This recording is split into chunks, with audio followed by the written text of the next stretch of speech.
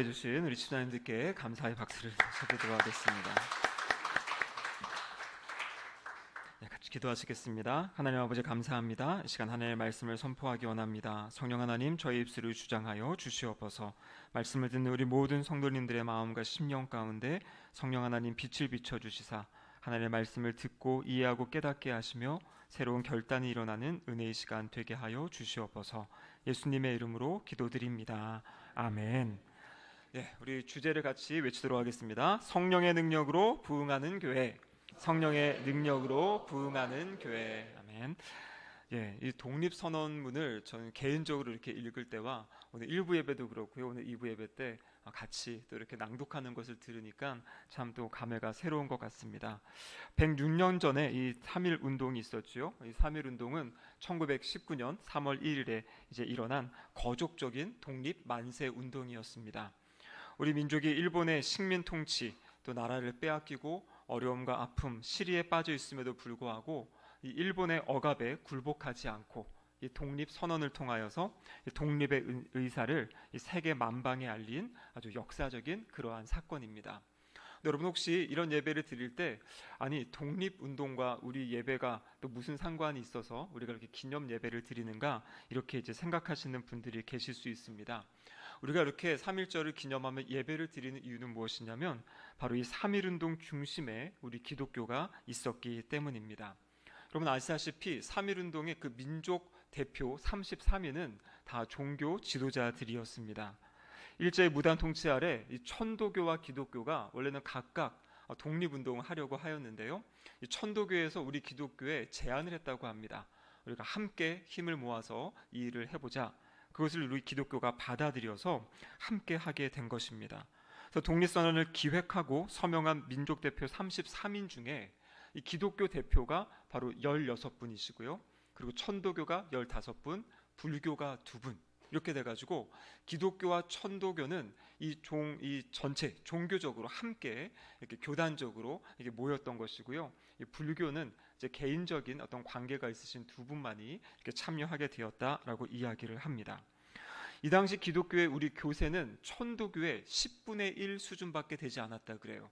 민족의 1.5% 정도 됐던 우리 기독교가 이 33인 대표 가운데 이 16명이나 되는 이렇게 많은 분들이 참여했다라는 것은 그만큼 우리 기독교가 작았지만 큰 영향력을 미치는 그러한 종교였다는 것을 알 수가 있습니다.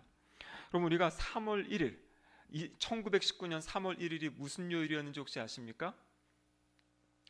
1919년 3월 1일은 토요일이었습니다. 원래 이 3월 3일에 이 고종 황제의 장례가 이제 진행될 예정이었어요.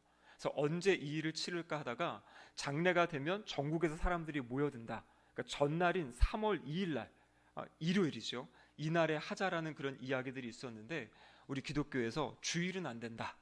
그래서 바뀐 날짜가 바로 3월 1일 토요일입니다. 그래서 어제가 이제 3월 1일 토요일이었고요. 그 106년 전과 지금 이제 같은 이런 시기가 된 것이죠. 그래서 그만큼 이 언제 날짜를 정한 거에 있어서도 우리 기독교에 어떤 영향력이 있었던 것을 역사의 기록을 통해 볼 수가 있습니다. 특별히 3.1 운동은 우리 민족사적으로 아주 중요한 그런 의미가 있는 것뿐만 아니라 우리 기독교 안에서도 아주 중요한 의미가 있습니다. 교회적으로도 중요한 의미죠. 그래서 무엇이냐면 이제 더 이상 기독교가 외래의 종교가 아니라 가장 애국적이고 또 민족을 사랑하는 민족 종교로 자리매김하는 계기가 바로 이 3.1 운동입니다. 여러분 3.1 운동이 얼마 동안 지속되었는지 아십니까? 3.1 운동은요 3월 1일 하루에 진행된 일이 아니에요. 이 3.1 운동의 이 분위기 또 이 시위는 약 6개월간 진행이 되고요. 수백만 명의 사람들이 참여를 하였습니다. 3월 1일은 서울에서 그리고 북한 지역의 7개의 지역에서 이 독립선언서를 낭독했는데 특별히 북한의 7지역은 다 기독교가 주축이 돼서 이 선언서를 낭독하고 만세운동을 일으켰다라는 것입니다. 그래서 바로 우리 교회가 가지고 있는 이 노회, 총회, 또 감리교회, 연회, 지방회 이러한 교회의 조직을 통해 전국적으로 이 독립운동이 진행이 된 3.1 운동에 참여한 것이 역사의 그런 사실입니다. 2019년에 3.1 운동 100주년을 맞이해서 우리 총회에서 이 자료집을 발간을 했습니다. 그 당시 역사적인 기록을 모으고 했는데 그때 발견된 아주 중요한 자료가 있어요. 그것이 무엇이냐면 독립단 통고문이라는 이제 그러한 내용이 이제 발견이 됐는데요. 이것은 어떤 내용이냐면 그 당시에 기독교인들에게 3.1운동에 동참할 때 이러한 것을 지켜야 된다는 약간 행동 수칙 같은 그것이 바로 독립단 통고문에 기록되어 있습니다. 여기에 크게 세 가지가 있는데요. 첫 번째는 이런 것입니다. 일본 사람을 모욕하지 말 것. 두 번째는 일본 사람을 향하여 돌을 던지거나 주먹으로 때리지 말 것. 무슨 말이냐면 사람들이 모이고 또 뭔가 하다 보면 이 사람들의 마음 가운데 이렇게 폭력성이 드러날 수도 있고 이게 집회가 이제 그렇게 잘못될 수 있기 때문에 이러한 지침을 이제 내려준 것입니다. 그러면 사실 이 당시에 일본은 우리 기독교를 많이 탄압하고 있던 상황이었어요. 이 테라우치 총독 암살 모의 사건을 조작해서 그것을 통해 교회를 더욱더 핍박하고 기독교인들을 핍박하던 상황이었습니다. 예배를 드리는 자리, 사경회, 그러니까 성도들이 모이는 자리마다 일본에서 이 순사들을 파견해 가지고요, 거기를 감시하게 하고요, 설교의 내용, 기도의 내용들을 감시해 가지고 거기에서 무엇인가 일본에 대한 어떤 안 좋은 이런 이야기들이 있으면 즉각적으로 그것에 대해서 이제 조치를 하였던 그러한 시대입니다. 종교적인 출판물은 다 검열을 당하였고요. 기독교 학교에서는 성경 공부를 금지시키고 그리고 예배를 드릴 수 없게 했던, 그러니까 아주 지금 기독교의 핍박이 심했던 시대가 그 당시 1919년 당시였습니다. 그런데 중요한 것은 이 세 번째입니다. 첫 번째는 일본 사람들에게 모욕적인 말을 하지 마라, 돌을 던지거나 이렇게 폭력적인 일을 하지 말라. 세 번째가 뭐였냐면요, 하루에 3번 기도하고 그리고 성경을 읽어라. 이것이 바로 교회에서 온 교회 성도들을 향해서 3.1운동에 참여하면서 해야 될 일을 이렇게 제시한 것입니다. 그래서 신도는 매일 3번 기도하고요, 특별히 일요일에는 금식하며 기도할 것을 교회가 이야기했습니다. 매일 성경을 읽는데요, 월요일에는 이사야서 10장, 화요일에는 예레미야서 12장, 수요일에는 신명기 28장, 목요일에는 야고보서 5장, 금요일에는 이사야서 59장, 토요일에는 로마서 8장. 그래서 본문까지 정해주고 한국 교회가 함께 이 말씀을 읽으면서 하루에 3번 기도하면서 이 6개월의 기간 동안 3.1운동에 동참했다라는 것이에요.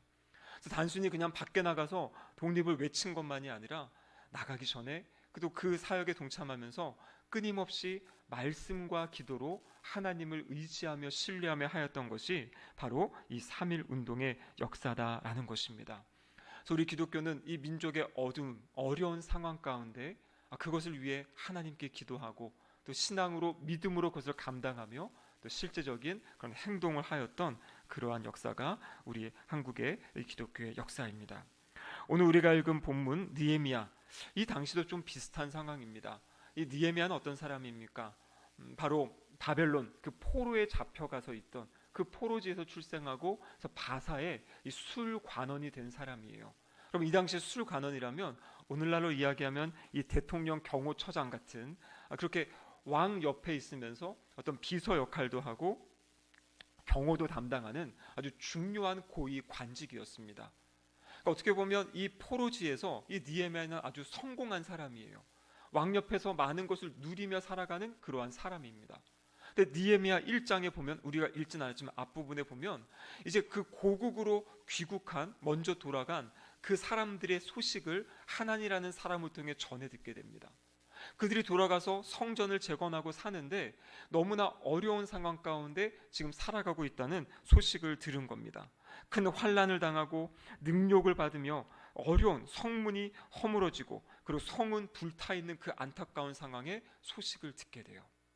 자신의 민족의 소식을 듣고 느헤미야가 제일 먼저 한 것은 1장 4절에 보면요, 듣고 앉아서 수일 동안 슬퍼하며 하늘의 하나님께 금식하며 기도하는 그러한 모습을 느헤미야가 보여주었습니다. 그래서 오늘은 짧은 시간이겠지만 이 본문을 통하여서 나라를 살리는, 나라를 위한 기도 어떻게 해야 될지 느헤미야를 통해서 우리가 함께 교훈을 얻도록 하겠습니다.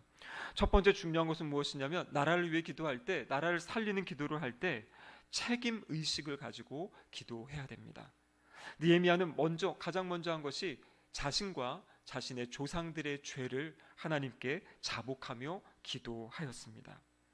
느헤미야 1장 6절 말씀을 같이 한번 읽어보겠습니다. 1장 6절입니다. 이제 종이 주의 종들인 이스라엘 자손을 위하여 주야로 기도하오며 우리 이스라엘 자손이 주께 범죄한 죄들을 자복하오니 주는 귀를 기울이시며 눈을 여시사 종의 기도를 들으시옵소서. 나와 내 아버지의 집이 범죄하여. 아멘.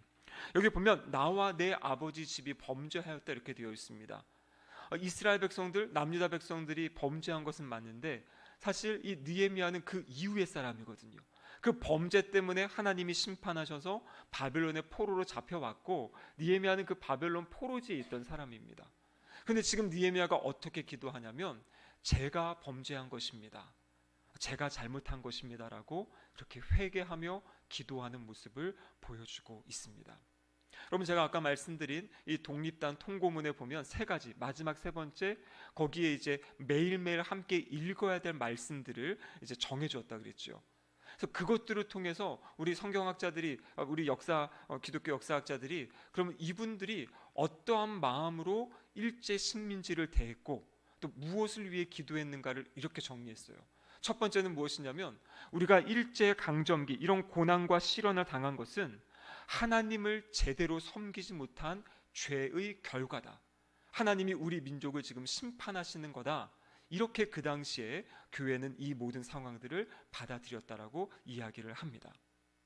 그래서 우리가 어떤 어려움의 상황, 곤란한 상황에 처했을 때 가장 먼저 돌아봐야 될 것은 무엇이냐면 내가 하나님 앞에 잘못한 것이 무엇인지, 우리 민족이 이런 어려움의 상황 가운데 처해 있는 것이 무슨 의미인지를 분별할 수 있어야 된다라는 것이에요. 여러분, 지금 우리나라가 참 어려운 상황에 처해 있죠. 작년에 그 12.3 계엄 사태 이후에 지금 나라가 참 많이 혼란스럽습니다. 국내뿐만 아니라 외국에서도 우리나라의 어떤 민주주의에 대한 어떤 이런 등급이라든지 아니면 나라의 신뢰도라든지 이 모든 것이 지금 많이 떨어지고 위축되어 있는 그런 상황이에요. 우리보다 더 해외에서는 우리나라를 걱정한다라는 그런 이야기를 하고 있습니다. 여러분, 이것이 그냥 우연히 그냥 어쩌다가 생긴 일이다 이렇게 생각하면 우리는 안 된다라는 것이죠. 분명히 이 사건 안에 하나님 앞에서 우리가 잘못한 것들이 있고 또 하나님이 우리를 돌이키시고 돌아보도록 하시는 하나님의 분명한 메시지와 의미가 있다라는 것을 우리는 볼 수 있어야 합니다. 그래서 이 시대 앞에, 이 상황 앞에 우리는 먼저 우리의 잘못들을 회개할 수 있어야 하는 것이지요. 그런데 여러분, 우리 조상들은요, 그런데 그렇게 잘못된 상황, 그것에 멈추지 않았습니다. 그리고 우리 조상들이 기도한 것은 무엇이냐면 이러한 상황에서도 우리가 회개하고 회복을 바라고 인내하고 기도하며 나아갈 때 하나님께서 이 상황을 바꿔주실 것이다라는 그 믿음이 있었습니다. 하나님이 침략자들을 징벌하시고 우리 민족을 회복시키실 것이다라는 그 믿음을 가지고 온 교회가 함께 기도하며 이 3.1운동에 동참하였다라는 것이 우리 역사의 기록입니다. 여러분, 두 번째로는요, 느헤미야는 그렇게 자신의 책임의식을 가지고 기도하였고요, 두 번째는 하나님의 약속의 말씀을 붙잡고 기도했습니다. 1장 8절에 보시면 옛적에 주께서 우리 종 모세에게 명령하여 이르시되 이렇게 말씀하시죠. 그러니까 모세를 통해 주신 그 말씀을 붙잡고 기도하는 것입니다. 8절에 보면 이렇게 되어 있습니다. 만일 너희가 범죄하면 내가 너희를 여러 나라 가운데 흩을 것이요. 범죄하면 하나님이 흩으실 것이라고 말씀하셨어요. 9절에 보면 만일 내게 돌아와 내 계명을 지켜 행하면 너희 쫓긴 자가 하늘 끝에 있을지라도 내가 거기서부터 그들을 모아 내 이름을 두려고 택한 곳에 돌아오게 하리라 하신 말씀을 기억하옵소서. 그러니까 느헤미야가 지금 기도하는 것은 바로 하나님의 말씀을 붙잡고 하나님이 우리에게 주신 그 말씀을 붙잡고 하나님, 우리가 다시 주님께 돌아갑니다. 주님께 회개하고 엎드립니다. 하나님 약속의 말씀처럼 우리를 회복시켜 달라고 그렇게 기도하는 모습을 보여주고 있습니다. 여러분, 그래서 우리 조상들도 그 할 때 기도만 한 것이 아니에요. 하나님의 말씀을 읽고 하나님의 말씀을 붙잡고 기도하며 나아갔다라는 것입니다. 여러분, 이것은 오늘날도 동일합니다. 우리가 기도할 때 하나님의 말씀을 읽으시기 바라요. 하나님 말씀 가운데 우리의 잘못이 무엇인지, 하나님 말씀 가운데 우리에게 주는 약속의 말씀이 무엇인지 그 말씀을 붙잡으시고 함께 기도하는 것입니다. 이것은 나라와 민족을 위한 기도뿐만 아니라 우리 개인의 삶에서도 마찬가지지요. 우리 삶에 찾아오는 고난과 환난 가운데 분명히 하나님은 거기에 하나님의 뜻이 있으세요. 우리가 말씀을 읽고 기도하는 가운데 그 의미를 찾고 발견하고 또 그것들을 이겨나가고 극복해 나가는 성도님들 되시기를 주님의 이름으로 축복합니다. 아멘. 세 번째로는요, 이 느헤미야의 모습을 보면 느헤미야는 이 좋으신 하나님을 기대하는 마음이 있었어요. 지금 이 어려운 상황, 힘든 상황 가운데 여러분, 느헤미야가 제일 먼저 할 수 있는 것이 무엇이겠습니까? 왕이랑 친하거든요. 왕이랑 가깝거든요. 왕에게 가서 바로 아뢰일 수 있어요. 우리 나라 민족을 좀 도와주십시오. 지금 너무나 힘들고 어렵습니다. 제가 가서 그것들을 좀 돌보고 오기 원합니다라고 이야기할 수 있는 그런 위치와 자리에 있었던 것이에요. 그런데 여러분, 느헤미야는 어떻게 합니까? 먼저 왕에게 가서 이야기하지 않습니다. 하나님께 무릎 꿇고 하나님께 기도하는 것이에요. 느헤미야는 알거든요. 왕이 이것을 결제해 줘야지만 자신이 나라에 돌아가서 그 나라를 세우는데, 나라를 회복시키는데 일할 수 있다는 것을 알아요. 근데 느헤미야가 아는 더 한 가지 중요한 것은 무엇이냐면 왕의 결제가 있기 전에 하나님의 결제가 있어야 된다는 것을 느헤미야는 알고 있었던 것이에요.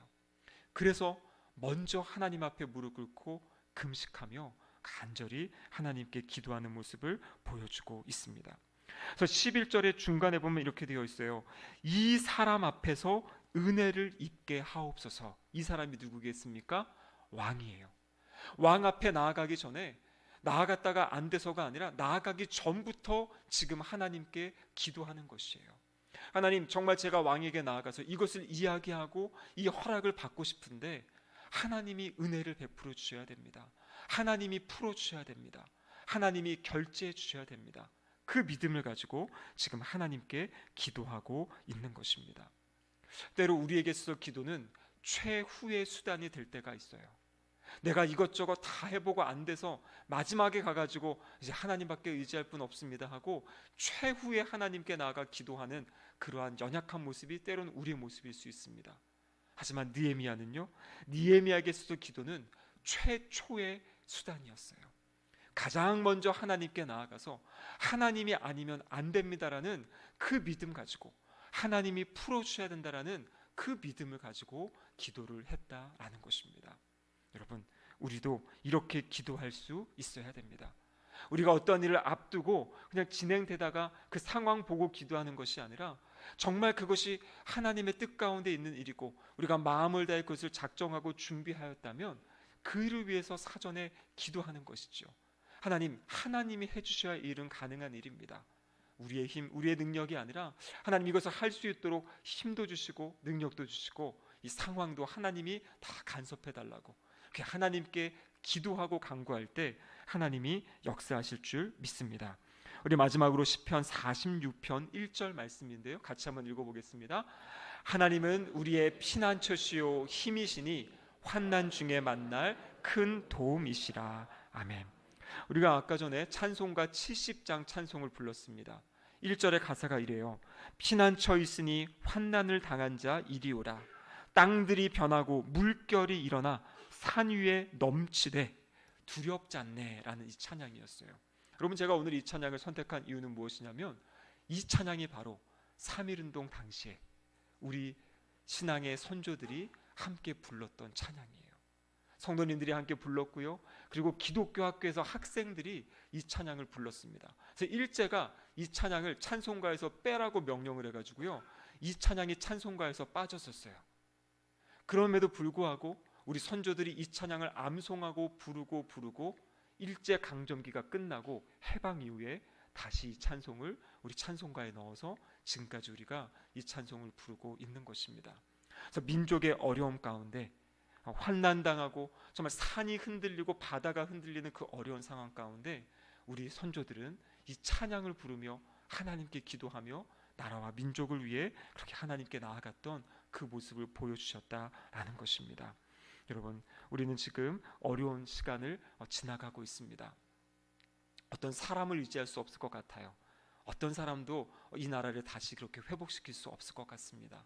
오직 우리가 하나님께 기도할 때 하나님께서 수많은 믿음의 사람들을 일으키시고 세우시고 또 상황들을 변화시키시고 역전시키셔서 다시 우리 땅에 회복을 주실 줄로 믿습니다. 그래서 이 나라와 이 민족을 통해 하나님이 기대하시는 정말 열방을 섬기고 열방에 하나님의 그 복음의 빛이 되는 그런 나라와 민족의 사명 우리 다시 감당하게 하여 달라고 우리 잘못된 것들은 회개하고 또 하나님께 기대하고 소망함으로 우리가 기도함으로 이 나라를 위해 또 이렇게 수고하고 헌신하는 우리 모두가 되기를 주님의 이름으로 축복합니다. 아멘. 우리 다 함께 자리에서 일어나셔서 우리 애국가 1절을 함께 부르도록 하겠습니다.